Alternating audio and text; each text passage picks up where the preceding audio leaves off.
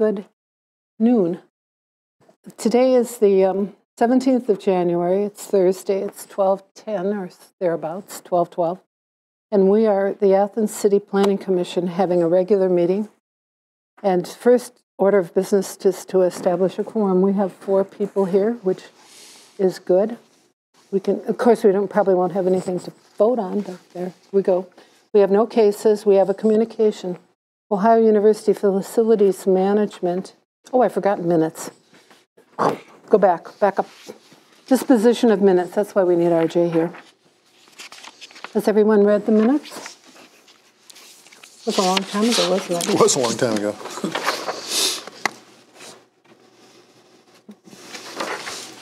It wasn't a very auspicious meeting anyway. No, so I move to adopt the minutes. Is there a second? I second. Okay, it's been moved and seconded. All in favor? Aye. I abstain. Okay.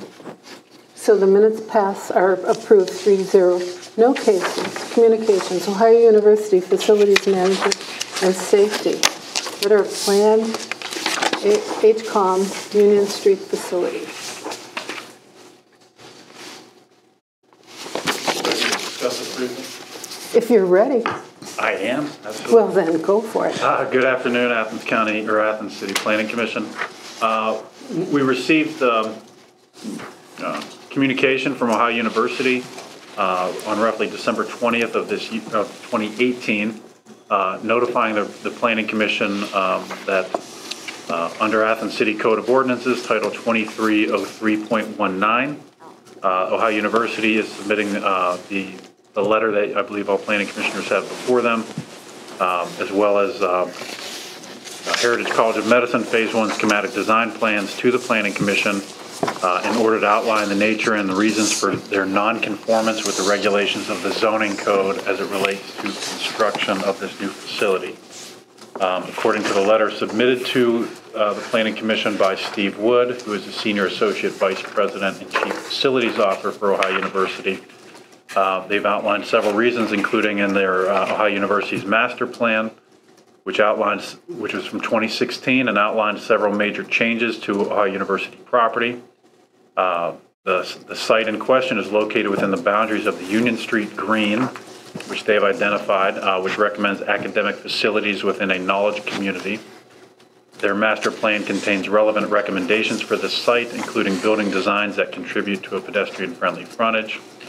The university has already been conducting academic businesses within both zones in this corridor, which is both B3 and M. And the university worked with the city on the vision as well as obtained a portion of Moore Avenue from the city of Athens for the development, which allowed the university to scale the building to minimize the height, mass, and scale. Ohio University provided 2 global zoning changes. They recently met with the staff for the city to discuss global requests for zoning changes, as they are several areas of the campus that have evolved over time, yet the zoning has not been updated. And Ohio University's overarching goal is to ensure that campus land is zoned appropriately for current and future uses. Their intent is to invoke the government property exemption request for this project as identified in Athens City Code 23.03.19. And what they've outlined is that the Phase 1 Heritage College of Medicine facility, as currently designed, it does not meet the below described requirements for development in B3 and M zones, including in that the principal permitted use and permitted accessory uses do not specifically allow for an academic facility for a public or private institution in a B3 zone. They've identified Title 23 zoning code, section 230407, B3 general business zone permitted uses, as well as zoning code table A, which is our schedule of bulk controls, section 2303 general regulations, including the building height, and 230307 height regulations. According to their memo, height limitations stipulated elsewhere in the zoning code shall not apply to open amusement uses, churches, church spires, belfries, cupolas and domes, monuments, water towers, chimneys, smokestacks, flagpoles, masts, and aerials, or to parapet walls, except that no parapet wall may extend more than 4 feet above the limiting height of the building. The maximum allowable height for a building in a B3 or M zone is 45 feet or 3.5 stories. The proposed height of the new HCOM building is 63 feet, which includes a 45-foot, 3-story building with a 4th-floor rooftop. With a 4th-floor rooftop mechanical penthouse that is 18 feet. The building size was reduced to better fit within the landscape of neighboring properties. Ohio University has viewed city zoning code and ensured several elements are adhered to as follows, including 2303.12, building on public streets. Each principal building shall front on a duly accepted public street which has been improved in accordance with city standards or on streets in process of being improved in accordance with requirements of the subdivision regulations, Chapter 151. The building will front a duly accepted public street which will improve the access to this location, and the building meets the required setback. Ohio University has had several public and city collaboration sessions to share the vision and changes to this area of the campus, and they've identified 2 such examples from 2014 to 2016, the comprehensive master plan process, including public open house workshops on and off campus. The public forum was advertised via local newspapers and Ohio University social media well in advance of the event. Additionally, Ohio University staff engaged directly with Homestead America, which is River Park Apartments, on August 2nd, 2018. To date, the primary concerns presented have been related to noise impact to the surrounding neighborhood and the height of the building. Well, that applies to this. It doesn't apply. It doesn't apply to this. Okay. That has to do with the chilled water plant. That's right. Okay. Their memo, not mine. The Architectural Design and Construction, or Architectural Design Advisory Council, Ohio University's Architectural Design Advisory Council has reviewed exterior concepts both on September 28th and December 3rd, 2018. The project was recommended to move forward at the December meeting.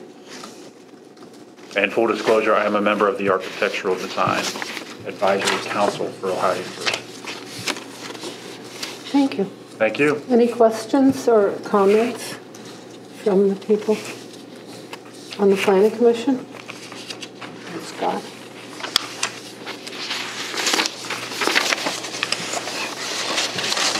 Anybody?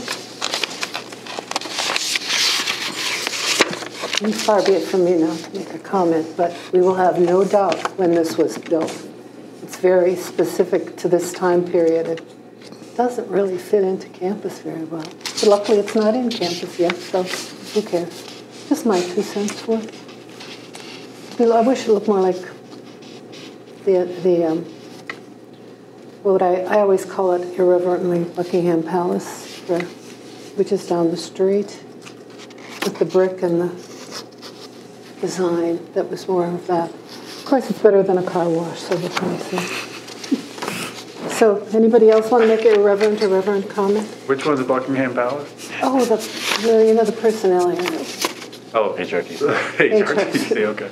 Yeah, I just call it the same. Sorry, I'm irreverent. It's been all my life. So in looking at these, the renderings, the last page has the view from Factory Street. And so, Paul, if you can, help orient me. Will the front of this particular building be facing what is currently Factory Street? It will. Okay, thank you. Yes, so you've got this image right here is the east elevation. Yes. So that would be the view from... That would be the view from Factory Street. Right. Factory Street. Correct. Okay. Yeah. Okay. So in looking at this, the last rendering here, it's Factory Street / West Union. Correct. Okay. Yeah. All right. I didn't see the dance factory staying there, so I assume it's gone. Too bad. I didn't think they'd wrap it around it. I have nothing. No? You on the building committee too? No. Did you participate in those? No, I did not. Okay. I did not. Okay. Andy, you've had most information of any of us. What do you have?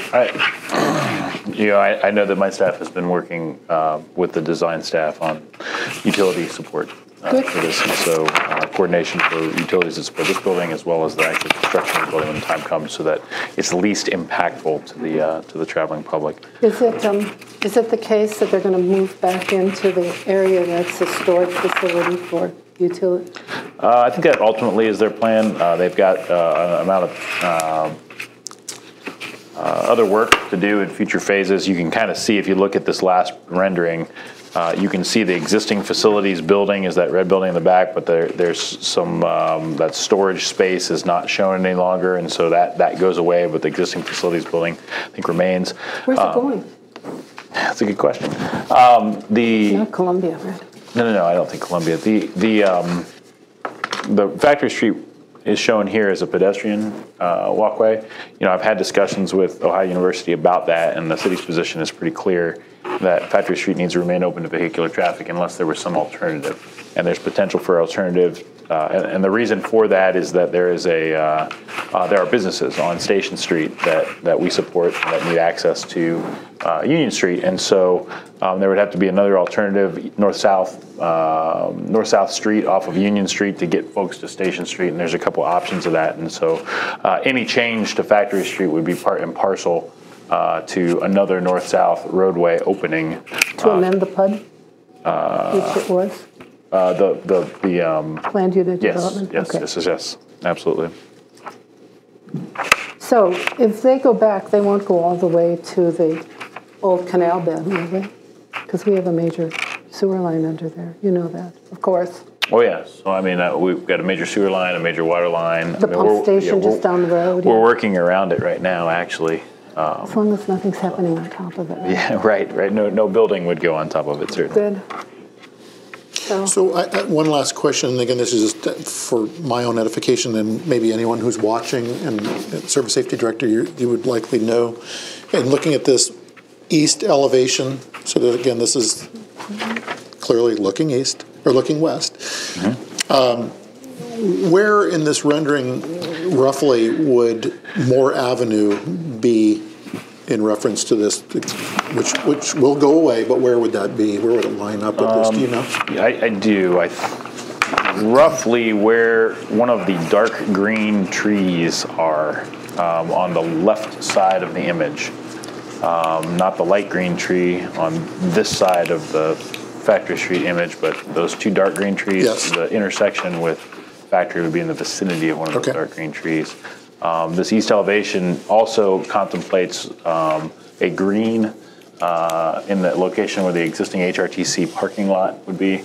So that parking lot would go elsewhere, and that would get turned into lawn, and that's what this contemplates. And obviously, those are two things: the modification of Factory Street into a pedestrian way, and then the transformation of that parking lot to a green are two things that are on down the road. And aren't part of the project, but the architectural renderings show it as such, just for people to imagine. Where's the parking? For this? Mm-hmm. I know that there is some parking behind. So if you look at the west elevation, you can see the lot. West, yeah. West side of the building.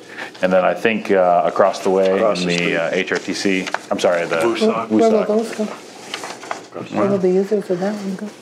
I think, Ohio University, ultimately, their effort has been to do less and less parking right beside the door of a building, and have more of a pedestrian-oriented campus, so people park farther away if they are parking at all to travel to the location. Be hard with this population.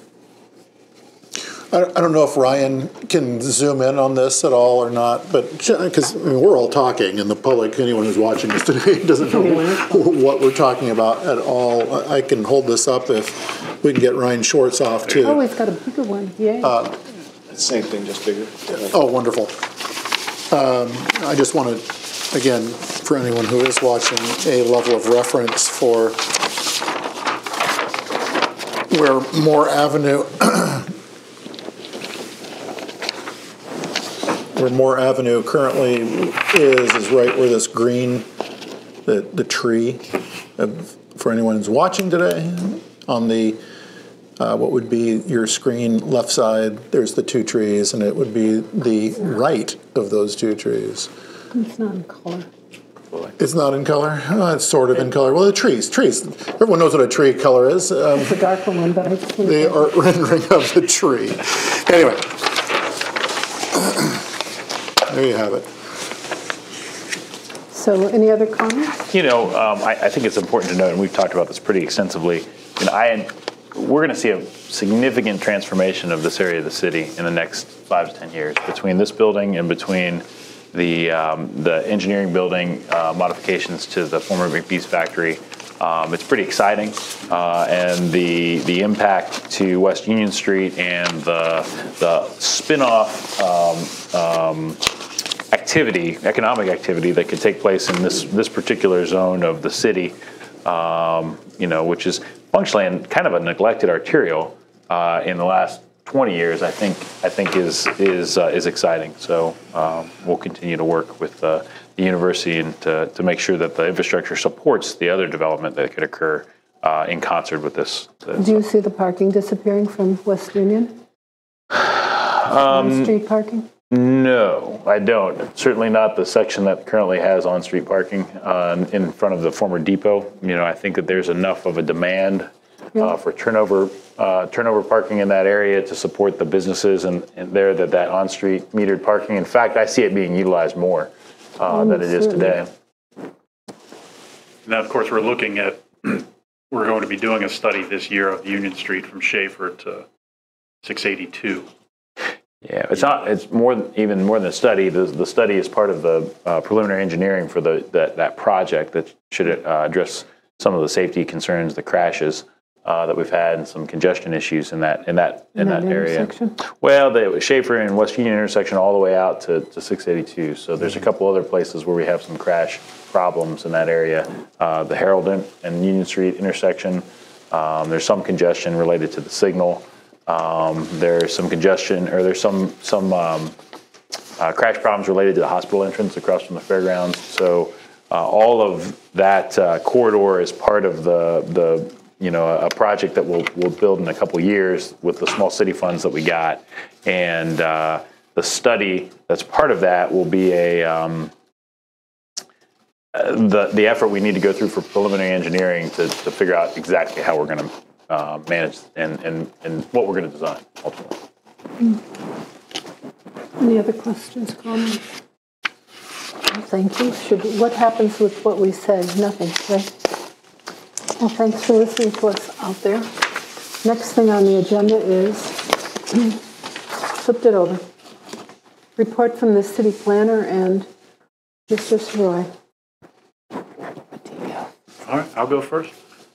Just a few things this afternoon. City's comprehensive plan, we are still diligently working on that. There are several videos available on the city's YouTube and Facebook pages and things that I worked with our government channel staff a few weeks ago to put together, looking at kind of some summary ideas for what we're thinking for the corridors of Athens, including Union Street. We are trying to think about how these corridors can function better, knowing that some changes are occurring.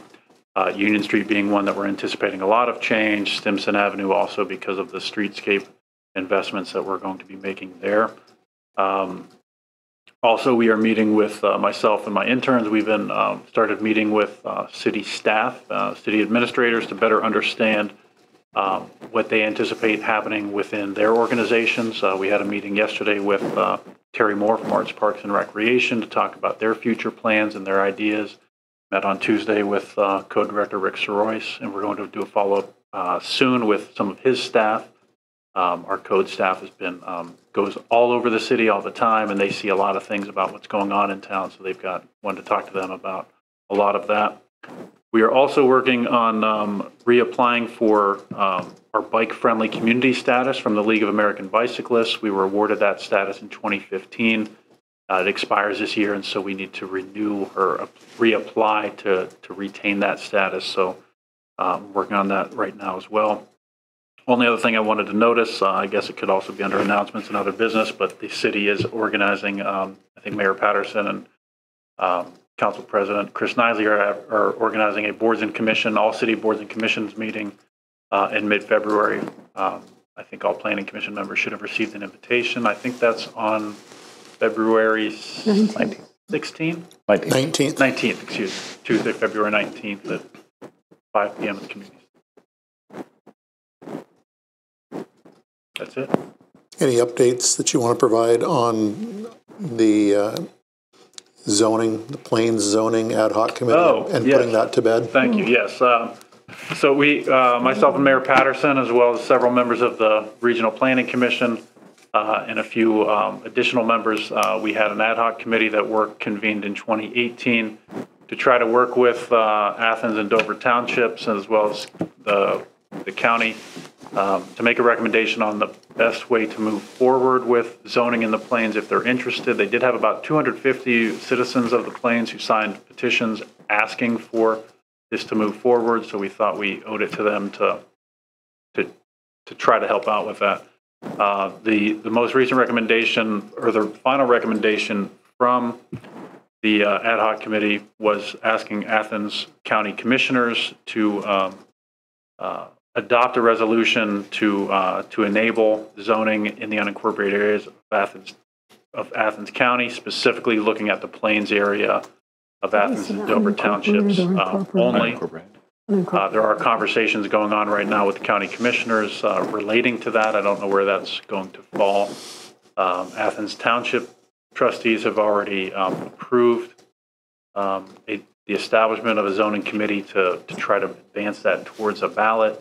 Dover Township trustees voted a motion to establish something for Dover Township. They voted that down earlier this month.